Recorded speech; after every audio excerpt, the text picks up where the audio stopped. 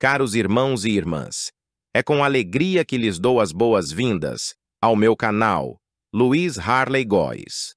Para os que ainda não se inscreveram, convido-os a fazê-lo e a ativar o sininho, para não perderem nossas novidades.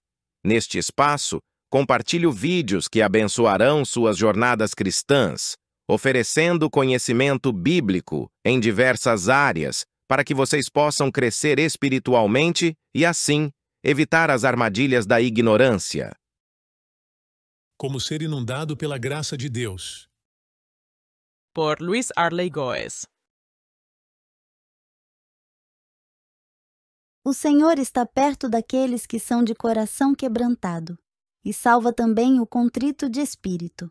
Salmo 34, versículo 18. Ao encontrarmos na Bíblia as expressões pobre de espírito ou espírito abatido, isso não tem a conotação de uma pessoa que seja inclinada à comoção, isto é, uma pessoa que se apresenta de uma forma extremamente sentimental. Uma pessoa que confessa Jesus como seu Senhor, ele se torna o seu Salvador, e é neste momento que recebe o direito de ser chamada de Filho de Deus. Contudo, aos que o receberam, aos que creram em seu nome, deu-lhes o direito de se tornarem filhos de Deus. João capítulo 1, versículo 12. A partir de então, essa pessoa deixa a condição de inimiga de Deus e se torna filha de Deus, recebendo assim a paternidade do Pai Celestial. Agora, como filha de Deus, tal pessoa precisa ser guiada pelo Espírito de seu Pai. Pois aqueles que são guiados pelo Espírito de Deus são filhos de Deus. Romanos capítulo 8, versículo 14.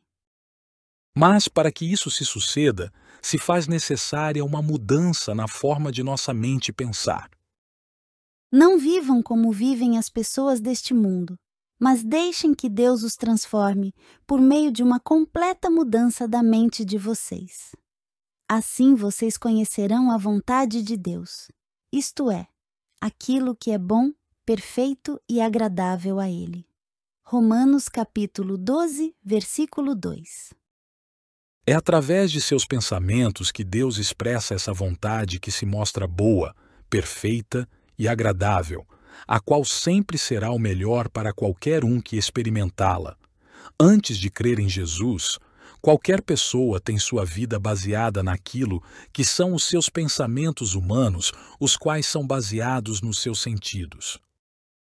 Ao se tornar filho de Deus, a pessoa precisa ser corrigida em sua forma de pensar, sendo de fundamental importância que sejam guiadas pelos pensamentos de Deus, e isto apenas acontecerá se tal pessoa deixar de caminhar pelos seus sentidos e passar a andar pela fé. Porque vivemos pela fé e não pelo que vemos. 2 Coríntios capítulo 5, versículo 7. Todo aquele que é filho de Deus precisa submeter-se a essa correção na sua forma de pensar, pois sem uma vida baseada em fé, é impossível agradar a Deus. Sem fé, ninguém pode agradar a Deus, porque quem vai a Ele precisa crer que Ele existe e que recompensa os que procuram conhecê-lo melhor. Hebreus capítulo 11, versículo 26. Muitas das vezes a pessoa, sem perceber, não se submete e resiste com soberba a tal correção. Ela busca autopromoção e busca autoaprovação, e diante disso não consegue enxergar nela mesma os seus erros e pecados. Tal pessoa se apresenta para Deus com um coração de pedra, isto é, com um coração insensível, o que a fará negligenciar a correção do seu Pai. De forma diametralmente oposta, a pessoa que se apresenta ao Senhor com um coração quebrantado mostra-se com um espírito de contrição, ou seja, aceita de forma arrependida a correção de seu Pai, não com a soberba de um coração de pedra, mas com a humildade típica de um coração de carne, pois se apresenta sensível à correção de Deus, o seu Pai Celestial. O reino de Deus é constituído por pessoas não altivas e arrependidas. Bem-aventurados os pobres em espírito, pois deles é o reino dos céus. Mateus capítulo 5, versículo 3. A Bíblia nos mostra que, quando uma pessoa se torna soberba, será o próprio Deus quem resistirá a ela. Mas a uma pessoa quebrantada e pobre de espírito, Deus derramará a sua graça sobre ela. Mas ele nos concede graça maior. Por isso diz a Escritura: Deus se opõe aos orgulhosos, mas concede graça aos humildes. Tiago capítulo 4, versículo 6, parte B. Em nossas vidas, muitas vezes, encontramos a resistência de Deus devido à soberba.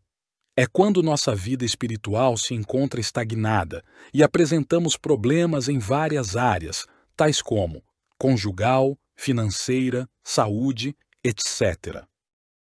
Quando reconhecemos a nossa insuficiência própria, reconhecendo nossos pecados, falhas e nossa justiça própria, trapos de imundícia, e a partir daí nos apresentamos com um espírito contrito e nos deixamos submeter à correção do Pai, vemos nossa vida espiritual mover-se pela graça derramada por Deus, tornando-nos felizes nas mais diversas áreas.